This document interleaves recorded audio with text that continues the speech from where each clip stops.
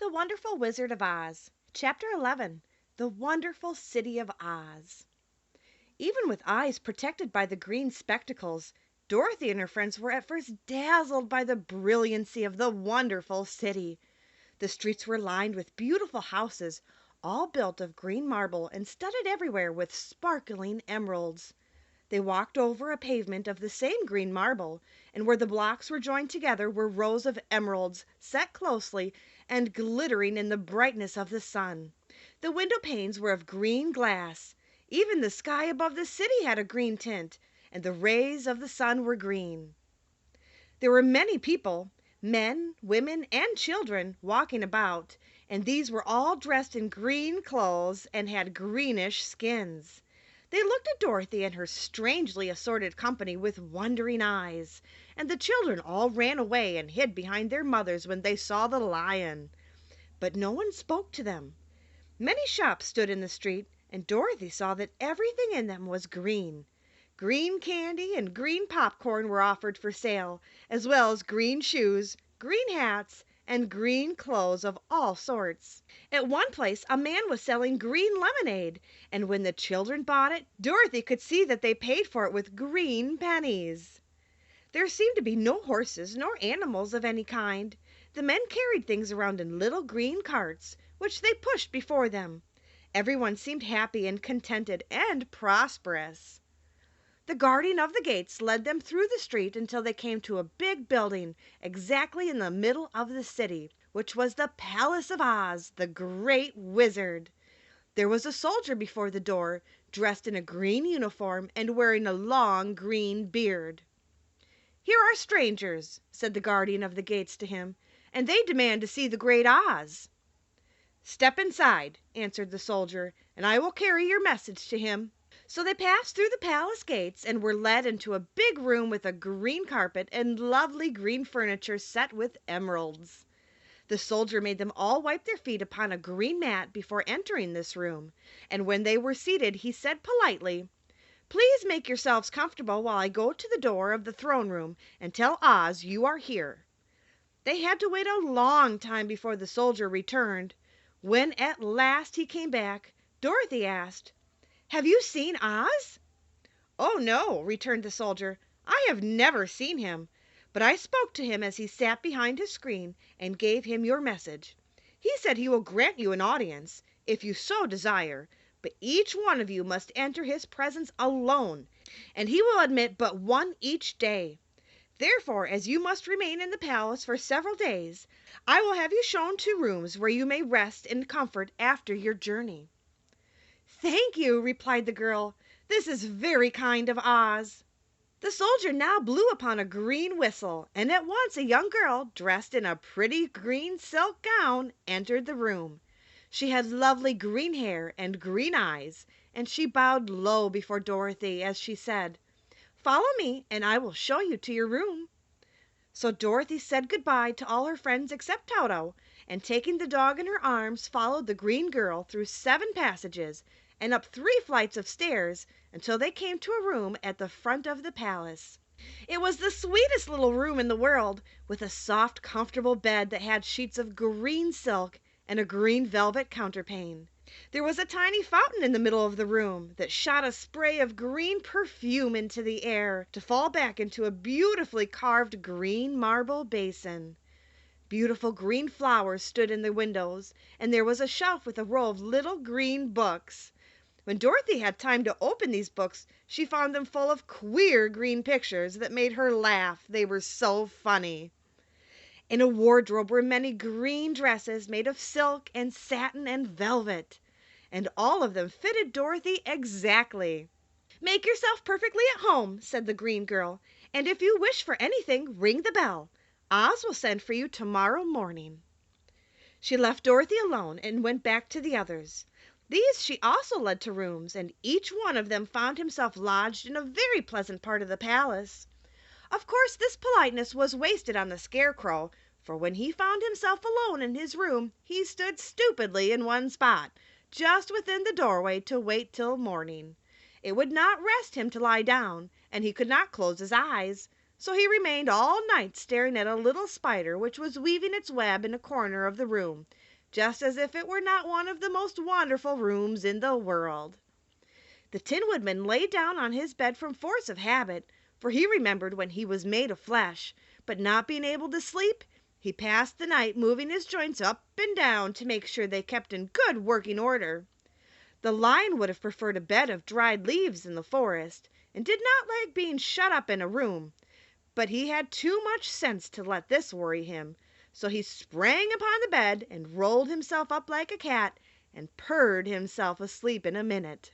The next morning after breakfast the Green Maiden came to fetch Dorothy, and she dressed her in one of the prettiest gowns, made of green brocade satin. Dorothy put on a green silk apron and tied a green ribbon around Toto's neck, and they started for the throne room of the Great Oz. First they came to a great hall in which there were many ladies and gentlemen of the court, all dressed in rich costumes. These people had nothing to do but talk to each other, but they always came to wait outside the throne room every morning, although they were never permitted to see Oz. As Dorothy entered they looked at her curiously, and one of them whispered, "Are you really going to look upon the face of Oz the Terrible?" "Of course," answered the girl, "if he will see me." "Oh, he will see you," said the soldier who had taken her message from the wizard, "although he does not like to have people ask to see him. Indeed, at first he was angry, and said I should send you back to where you came from. Then he asked me what you looked like, and when I mentioned your silver shoes, he was very much interested. At last I told him about the mark upon your forehead, and he decided he would admit you to his presence." Just then a bell rang, and the green girl said to Dorothy, "That is the signal. You must go into the throne room alone." She opened a little door, and Dorothy walked boldly through, and found herself in a wonderful place. It was a big, round room with a high arched roof, and the walls and ceilings and floor were covered with large emeralds set closely together. In the center of the roof was a great light as bright as the sun, which made the emeralds sparkle in a wonderful manner. But what interested Dorothy most was the big throne of green marble that stood in the middle of the room. It was shaped like a chair and sparkled with gems, as did everything else. In the center of the chair was an enormous head, without a body to support it, or any arms or legs whatever. There was no hair upon this head, but it had eyes and a nose and mouth, and was much bigger than the head of the biggest giant. As Dorothy gazed upon this in wonder and fear, the eyes turned slowly and looked at her sharply and steadily. Then the mouth moved, and Dorothy heard a voice say, "I am Oz, the Great and Terrible. Who are you, and why do you seek me?" It was not such an awful voice as she had expected to come from the big head, so she took courage and answered, "I am Dorothy, the small and meek. I have come to you for help." The eyes looked at her thoughtfully for a full minute. Then said the voice, "Where did you get the silver shoes?" "I got them from the Wicked Witch of the East, when my house fell on her and killed her," she replied. "Where did you get the mark upon your forehead?" continued the voice. "That is where the Good Witch of the North kissed me when she bade me good-bye and sent me to you," said the girl. Again the eyes looked at her sharply, and they saw she was telling the truth. Then Oz asked, "What do you wish me to do?" "Send me back to Kansas, where my Aunt Em and Uncle Henry are," she answered earnestly. "I don't like your country, although it is so beautiful, and I am sure Aunt Em will be dreadfully worried over my being away so long." The eyes winked 3 times, and then turned up to the ceiling and down to the floor, and rolled around so queerly that they seemed to see every part of the room. And at last they looked at Dorothy again. "Why should I do this for you?" asked Oz. "Because you are strong and I am weak. Because you are a great wizard and I am only a little girl." "But you are strong enough to kill the Wicked Witch of the East," said Oz. "That just happened," returned Dorothy simply. "I could not help it." "Well," said the head, "I will give you my answer. You have no right to expect me to send you back to Kansas unless you do something for me in return. In this country everyone must pay for everything he gets. If you wish me to use my magic power to send you home again, you must do something for me first. Help me, and I will help you." "What must I do?" asked the girl. "Kill the Wicked Witch of the West," answered Oz. "But I cannot!" exclaimed Dorothy, greatly surprised. "You killed the Wicked Witch of the East, and you wear the silver shoes, which bear a powerful charm. There is now but one Wicked Witch left in all this land, and when you can tell me she is dead, I will send you back to Kansas. But not before." The little girl began to weep, she was so much disappointed, and the eyes winked again and looked upon her anxiously, as if the great Oz felt that she could help him if she would. "I never killed anything willingly," she sobbed. "Even if I wanted to, how could I kill the Wicked Witch? If you, who are so great and terrible, cannot kill her yourself, how do you expect me to?" "I do not know," said the head, "but that is my answer, and until the Wicked Witch dies, you will not see your uncle and aunt again. Remember that the witch is wicked, tremendously wicked, and ought to be killed. Now go, and do not ask to see me again until you have done your task." Sorrowfully Dorothy left the throne room and went back to where the Lion and the Scarecrow and the Tin Woodman were waiting to hear what Oz had said to her. "There is no hope for me," she said sadly, "for Oz will not send me home until I have killed the Wicked Witch of the West, and that I can never do." Her friends were sorry, but could do nothing to help her, so Dorothy went to her own room and lay down on the bed and cried herself to sleep. The next morning the soldier with the green whiskers came to the Scarecrow and said, "Come with me, for Oz has sent for you." So the Scarecrow followed him and was admitted into the great throne room, where he saw, sitting in the emerald throne, a most lovely lady. She was dressed in green silk gauze and wore upon her flowing green locks a crown of jewels. Growing from her shoulders were wings, gorgeous in color and so light that they fluttered if the slightest breath of air reached them. When the Scarecrow had bowed, as prettily as his straw stuffing would let him, before this beautiful creature, she looked upon him sweetly and said, "I am Oz, the Great and Terrible. Who are you, and why do you seek me?" Now the Scarecrow, who had expected to see the great head Dorothy had told him of, was much astonished, but he answered her bravely, "I am only a scarecrow stuffed with straw, therefore I have no brains, and I come to you praying that you will put brains in my head instead of straw, so that I may become as much a man as any other in your domains." "Why should I do this for you?" asked the lady. "Because you are wise and powerful, and no one else can help me," answered the Scarecrow. "I never grant favors without some return," said Oz, "but this much I will promise. If you will kill for me the Wicked Witch of the West, I will bestow upon you a many great brains, and such good brains that you will be the wisest man in all the land of Oz." "I thought you asked Dorothy to kill the witch," said the Scarecrow in surprise. "So I did. I don't care who kills her, but until she is dead I will not grant your wish. Now go, and do not seek me again until you have earned the brains you so greatly desire." The Scarecrow went sorrowfully back to his friends and told them what Oz had said, and Dorothy was surprised to find that the great Oz was not a head as she had seen him, but a lovely lady. "All the same," said the Scarecrow, "she needs a heart as much as the Tin Woodman." On the next morning the soldier with the green whiskers came to the Tin Woodman and said, "Oz has sent for you. Follow me." So the Tin Woodman followed him and came to the great throne room. He did not know whether he would find Oz a lovely lady or a head, but he hoped it would be the lovely lady. "For," he said to himself, "if it is the head, I am sure I shall never be given a heart, since a head has no heart of its own and therefore cannot feel for me.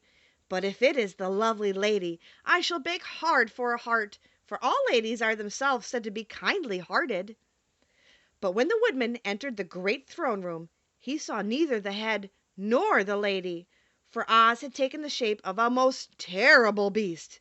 It was nearly as big as an elephant, and the green throne seemed hardly strong enough to hold its weight. The beast had a head like that of a rhinoceros, only there were 5 eyes on its face. There were 5 long arms growing out of its body, and it also had 5 long, slim legs. Thick, woolly hair covered every part of it, and a more dreadful looking monster could not be imagined. It was fortunate the Tin Woodman had no heart at that moment, for it would have beat loud and fast from terror. But being only tin, the Woodman was not at all afraid, although he was much disappointed. "I am Oz, the Great and Terrible," spoke the beast in a voice that was one of a great roar. "Who are you, and why do you seek me?" "I am a woodman, and made of tin. Therefore I have no heart, and cannot love. I pray you to give me a heart that I may be as other men are." "Why should I do this?" demanded the beast. "Because I asked it, and you alone can grant my request," answered the Woodman. Oz gave a low growl at this, but said gruffly, "If you indeed desire a heart, you must earn it." "How?" asked the Woodman. "Help Dorothy kill the Wicked Witch of the West," replied the beast. "When the witch is dead, come to me, and I will then give you the biggest and kindest and most loving heart in all the land of Oz." So the Tin Woodman was forced to return sorrowfully to his friends and tell them of the terrible beast he had seen. They all wondered greatly at the many forms the great wizard could take upon himself, and the Lion said, "If he is a beast when I go to see him, I shall roar my loudest, and so frighten him that he will grant all I ask. And if he is the lovely lady, I shall pretend to spring upon her, and so compel her to do my bidding. And if he is the great head, he will be at my mercy, for I will roll this head all about the room until he promises to give us what we desire. So be of good cheer, my friends, for all will yet be well." The next morning the soldier with the green whiskers led the Lion to the great throne room and bade him enter the presence of Oz. The Lion at once passed through the door, and glancing around saw, to his surprise, that before the throne was a ball of fire, so fierce and glowing he could scarcely bear to gaze upon it. His first thought was that Oz had by accident caught on fire and was burning up. But when he tried to go nearer, the heat was so intense that it singed his whiskers, and he crept back, trembling, to a spot nearer the door. Then a low voice came from the ball of fire, and these were the words it spoke: "I am Oz, the Great and Terrible. Who are you, and why do you seek me?" And the Lion answered, "I am a cowardly lion, afraid of everything. I came to you to beg that you give me courage, so that in reality I may become the King of Beasts, as men call me." "Why should I give you courage?" demanded Oz. "Because of all wizards you are the greatest, and alone have power to grant my request," answered the Lion. The ball of fire burned fiercely for a time, and the voice said, "Bring me proof that the Wicked Witch is dead, and that moment I will give you courage. But as long as the witch lives, you must remain a coward." The Lion was angry at this speech, but could say nothing in reply, and while he stood silently gazing at the ball of fire, it became so furiously hot that he turned tail and rushed from the room. He was glad to find his friends waiting for him, and told them of his terrible interview with the wizard. "What shall we do now?" asked Dorothy sadly. "There is only one thing we can do," returned the Lion, "and that is go to the land of the Winkies, seek out the Wicked Witch, and destroy her." "But suppose we cannot?" said the girl. "Then I shall never have courage," declared the Lion. "And I shall never have brains," added the Scarecrow. "And I shall never have a heart," spoke the Tin Woodman. "And I shall never see Aunt Em and Uncle Henry," said Dorothy, beginning to cry. "Be careful!" cried the green girl. "The tears will fall on your green silk gown and spot it." So Dorothy dried her eyes and said, "I suppose we must try it, but I am sure I do not want to kill anybody, even to see Aunt Em again." "I will go with you, but I'm too much a coward to kill the witch," said the Lion. "I will go too," declared the Scarecrow, "but I shall not be of much help to you. I am such a fool." "I haven't the heart to harm even a witch," remarked the Tin Woodman. "But if you go, I certainly shall go with you." Therefore it was decided to start upon their journey the next morning, and the woodman sharpened his axe on a green grindstone and had all his joints properly oiled. The Scarecrow stuffed himself with fresh straw, and Dorothy put new paint on his eyes that he might see better. The green girl, who was very kind to them, filled Dorothy's basket with good things to eat and fastened a little bell around Toto's neck with a green ribbon. They went to bed quite early and slept soundly until daylight, when they were awakened by the crowing of a green cock that lived in the back yard of the palace and the cackling of a hen that had laid a green egg.